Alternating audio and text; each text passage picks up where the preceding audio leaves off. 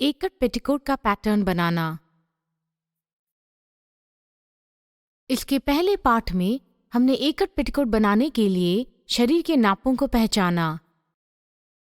इस पाठ में हम ड्राफ्टिंग की सूचना के अनुसार एकट पेटीकोट का पैटर्न कैसे बनाते हैं यह देखेंगे।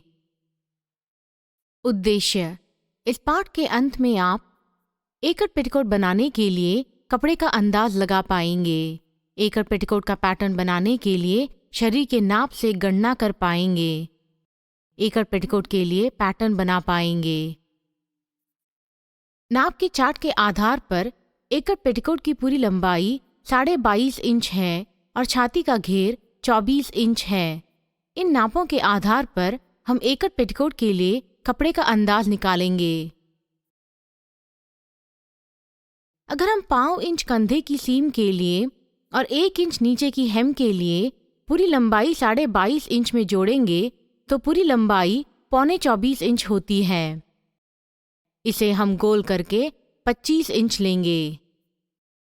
इस तरह 25 इंच कपड़े की जरूरत होगी। एकट पेटीकोट का पैटर्न बनाने से पहले आइए देखते हैं कि हमारा पैटर्न वास्तव में कैसे दिखेगा। अगर हम लंबाई से एकट पेटीकोट को आधे में मोड़ेंगे तो हमारा पैटर्न ऐसे दिखेगा। एकट पेटीकोट का पैटर्न बनाने से पहले हमें शरीर के नापों का इस्तेमाल करके कुछ गणन करने होंगे।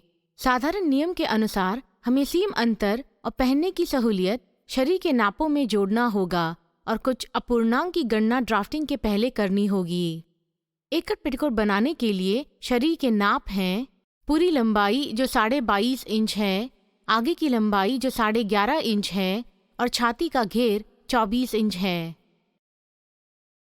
पूरी लंबाई जो 22.5 इंच है उसमें अगर हम 5 इंच कंधे की सीम अंतर और 1 इंच नीचे की हेम जोड़ेंगे तो पेटीकोट की कुल लंबाई होती है 24 इंच।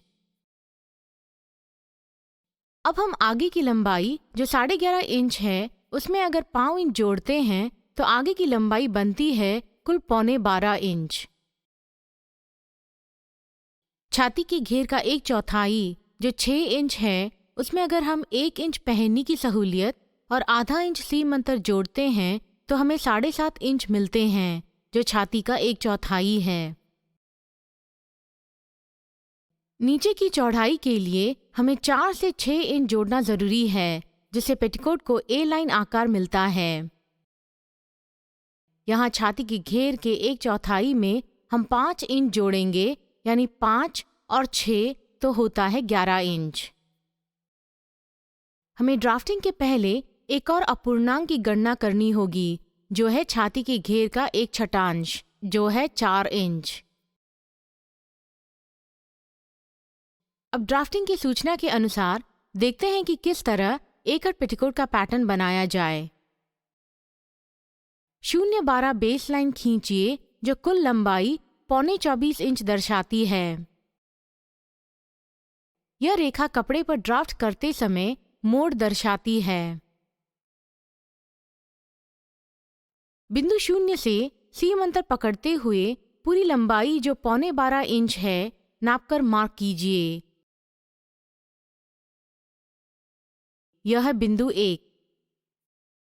बिंदु 0 से बेस लाइन पर एक समकोण रेखा खींचिए।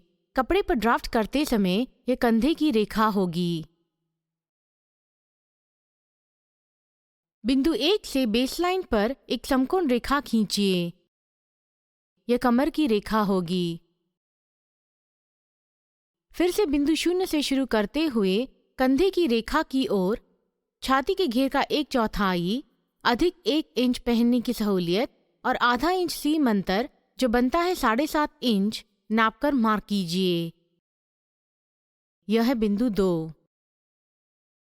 बिंदु 2 से कंधे की रेखा पर एक समकोण रेखा जो बेसलाइन से समांतर है खींचिए। वह बिंदु जो इस रेखा और कमर की रेखा से मिलता है वह है बिंदु 10। 0.2 का मध्य निकालिए। यह है बिंदु 3। बिंदु 3 की बाईं ओर 1 इंच नापकर मार्क कीजिए। यह बिंदु 4।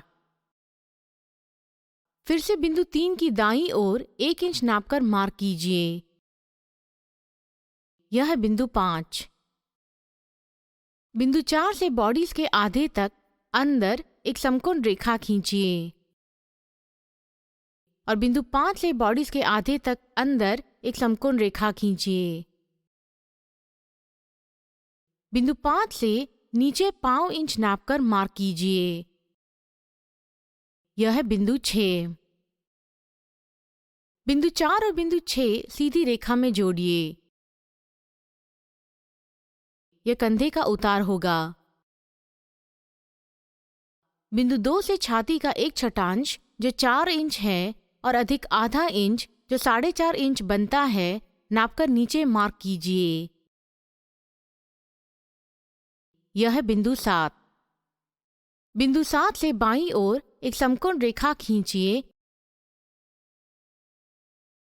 जो बिंदु 5 से खींची रेखा को मिले। बिंदु 0 से बेसलाइन पर छाती का एक छठांश जो 4 इंच है नापकर नीचे मार्क कीजिए। यह बिंदु 8। बिंदु 8 से ऊपर की तरफ 1 इंच नापकर मार्क कीजिए। यह बिंदु 9। बिंदु 8 से एक समकोण रेखा खींचिए जो बिंदु 4 से खींची रेखा को मिले। बिंदु 9 से समकोण में शुरू करते हुए बिंदु 4 की ओर आकार दीजिए, बिंदु 4 से खींची रेखा को जोड़ते हुए। यह पीछे का गला होगा।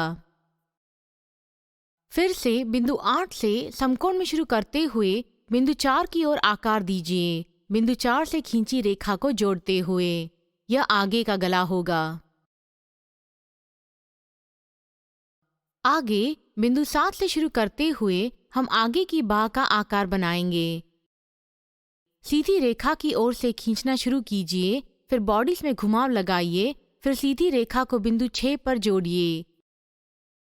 यह आगे की बाह है। अब हम पीछे की बाह का आकार देंगे।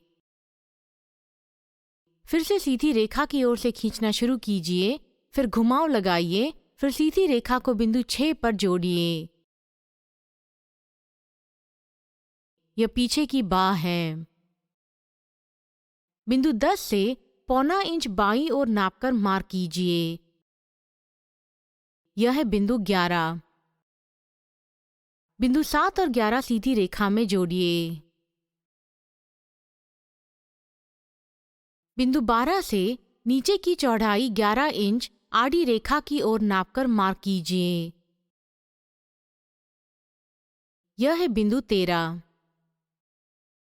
बिंदु 11 और 13 सीधी रेखा में जोड़िए। कमर पर साइड सीम को घुमाइए, एक सीधी रेखा से दूसरी सीधी रेखा की ओर। फिर बिंदु 13 से 1.25 इंच ऊपर की ओर नापकर मार्क कीजिए। यह है बिंदु 14। फिर से बिंदु 14 से 1 इंच ऊपर की ओर नापकर मार्क कीजिए। यह बिंदु 15।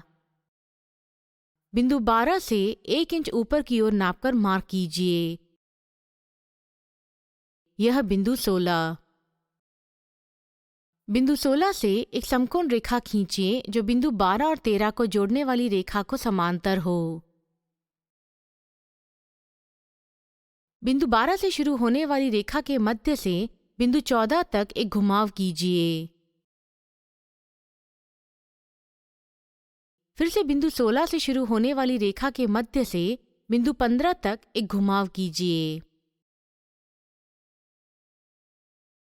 बिंदु 15 और 14 का मध्य मार्क कीजिए और 1/8 इंच अंदर आकार दीजिए। इस तरह से हमने एकल पेटीकोट का पैटर्न बनाया है।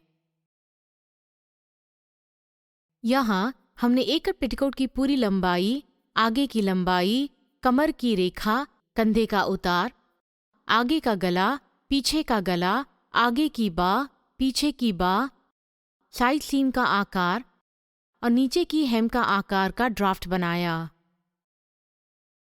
इस पाठ में हमने एकट पेटीकोट का पैटर्न बनाना सीखा। समापन के पहले आइए मुख्य मुद्दों पर गौर करते हैं। कदम 1, बेसलाइन मोड मार्क कीजिए और पूरी लंबाई और आगे की लंबाई मार्क कीजिए। कदम 2, कंधे की रेखा और कमर की रेखा खींचिए। कदम 3, कंधे का उतार, पीछे का गला, आगे का गला, आगे की बाह और पीछे की बाह बनाइए। कदम 4, साइड सीम और नीचे की हेम को आकार दीजिए। इसके साथ हम इस पाठ के अंत में आ चुके हैं।